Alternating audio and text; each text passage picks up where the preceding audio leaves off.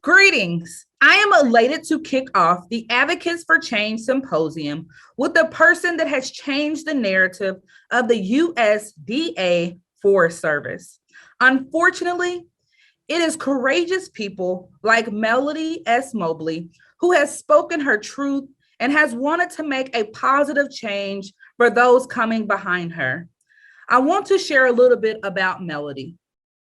Melody was born in Louisville, Kentucky, the youngest of three children, and graduated third in her high school class of more than 500 people.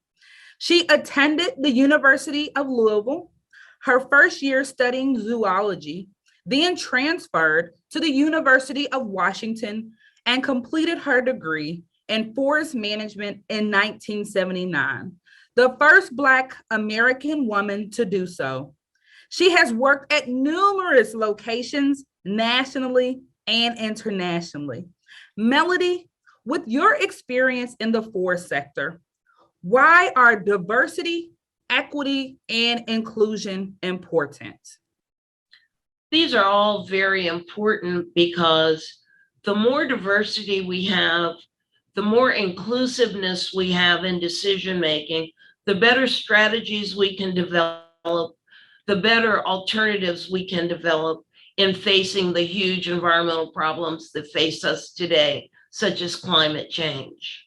With diversity, equity, and inclusion, when we look at the Forest Service, what was the most important thing that you learned while being there? There were two things really. First, I had to know my science and be able to demonstrate that I had the knowledge, skills, and abilities to do the job. Time and again, my credentials were challenged, especially by white males. So I had to be the best of the best. And the other thing is to keep good records of any personnel actions, any events that occurred that might come to bite you in the future, any excellent performance that you have. Keep good documentation of everything and keep the records located off-site. In your role, how did you stay motivated, being that you faced a lot of these challenges? My mother raised me to love the planet, love the environment. And being a quarter Cherokee American, we just have within us a love of nature. So even when I was assaulted 3 times, when my work was taken away from me and given to my white male colleagues, when other really bad things happened, I just focused on my need to contribute to a positive natural environment on our planet. It's very important to me. So now that you are retired, but still speaking for the industry, what is something you wish that you knew? And what is the biggest change you would like to see? Well, I say that I'm retired, but I have 8 part-time paying jobs and 6 volunteer jobs. One thing I do now I'm very proud of is I go into elementary schools. I adopt at least 2 schools a year, and I teach math and science. So something I wish I had known was how to choose a good mentor, how to choose my battles. Those are really the 2 critical things that it took me a long time to learn. If I could go back today, those are the things that I would tell my younger self. A lot of times we talk about mentorship and really what it takes to be a mentor, and also what it takes for a mentor to help their mentee. And so, how did you find your mentor, although you were going through different challenges and barriers during that time?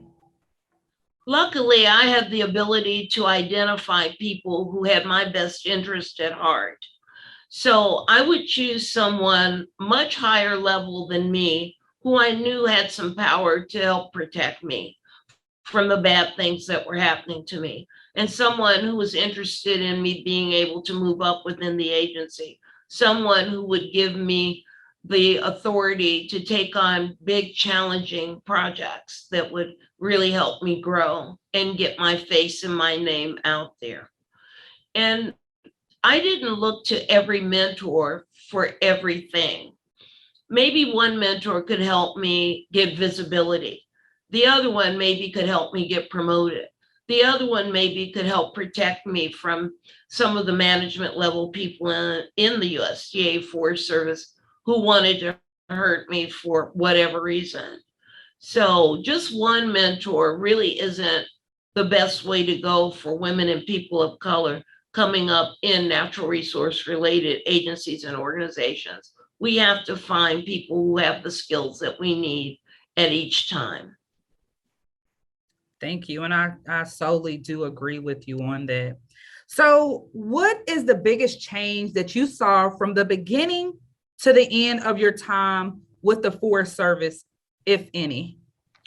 The biggest change I saw was that people were willing to at least talk about DEI, diversity, equity, and inclusion. I didn't see a lot of action, which is my ever-present disappointment. But at least people were willing to talk about valuing DEI.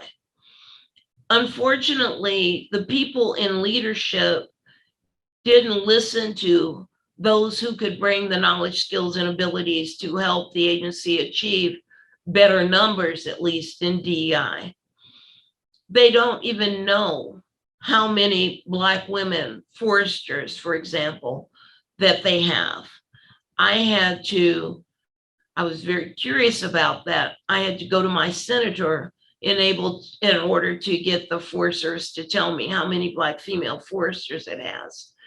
And if you don't know your numbers, it's very hard to tell whether or not you're making progress, let alone in being inclusive and equitable in assignments and other things. If you don't know how much diversity you currently have, it's a real problem. What are some resources you wish you had during your career in the Forest Service? And what one piece of advice or encouragement would you give future employees on how to thrive in the forest sector and their work areas? Frankly, I'm not sure how much we can thrive in today's world in natural resources or in the forest sector. There's still so many battles we have to fight as women and as people of color. Some organizations are making more progress than others, but certainly at the federal level, there's a long way to go. I wish I had had more townspeople to support me in the remote locations where I was stationed. It was very hard to get food. There was no grocery. To get my hair done, to find a church of my own denomination. It was just really challenging socially and emotionally, being so isolated all the time. So I would wish that I had more social interactions and support from the communities where I was stationed. I resonate with you so well on that. Thank you for sharing that. So, do you know if there are any similar resources that are available today? I know I personally try to put myself out there and be available to everyone and anyone who would like to have some advice or suggestions or just counsel about specific problems in their career or where they want to go in the future. If I can help them along in any way, I'm personally willing to do that and enthusiastic about doing that. And I'm not the only one. It's really good to have almost these mentor-mentee relationships with people we meet at great events like this one that we're participating in now. It goes back to that point of finding good mentors. Thank you. And I like to say when we talk about mentors and mentees, it's reciprocal because I will say, as a mentor, you learn a lot from your mentee. So it's very important to understand that relationship and truly how that works. So what are some measurable ways the forest sector can prioritize and foster cultures of diversity, equity, and inclusion in their organizations? Well, we always train people. We send them to training and we think that's enough. There have to be measurable ways to find out whether or not you're implementing all this great DEI training that we're sent to.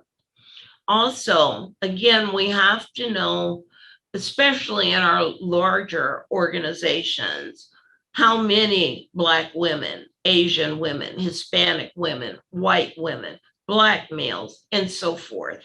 We have to know our numbers or we can't measure our progress. So those are the two big things that I think agencies and organizations need to do. Before we close out today, are there any last thoughts or encouragement that you would like to give? I'd just like to say that a person needs to follow whatever they're passionate about. If you're passionate about being a forester, for example, I'm here. There are many other people who are here to help you along the way, to give you advice and counsel, to support you, to give you suggestions, and to help protect you from some of the bad things that are happening in today's world to our women and people of color and natural resource related assignments, especially on fire crews. So reach out to us. Don't be shy. Don't feel like you're imposing or taking advantage. Feel free to reach out to people like me. And I'll make sure that my business cards and my contact information are available to everyone here who wants to take advantage of it. And I hope to hear from at least many of you, if not all of you. Well, Melody, we want to thank you for being here today, and thank you for sharing your story with us as we become advocates for change. Thank you. You're welcome. Thank you.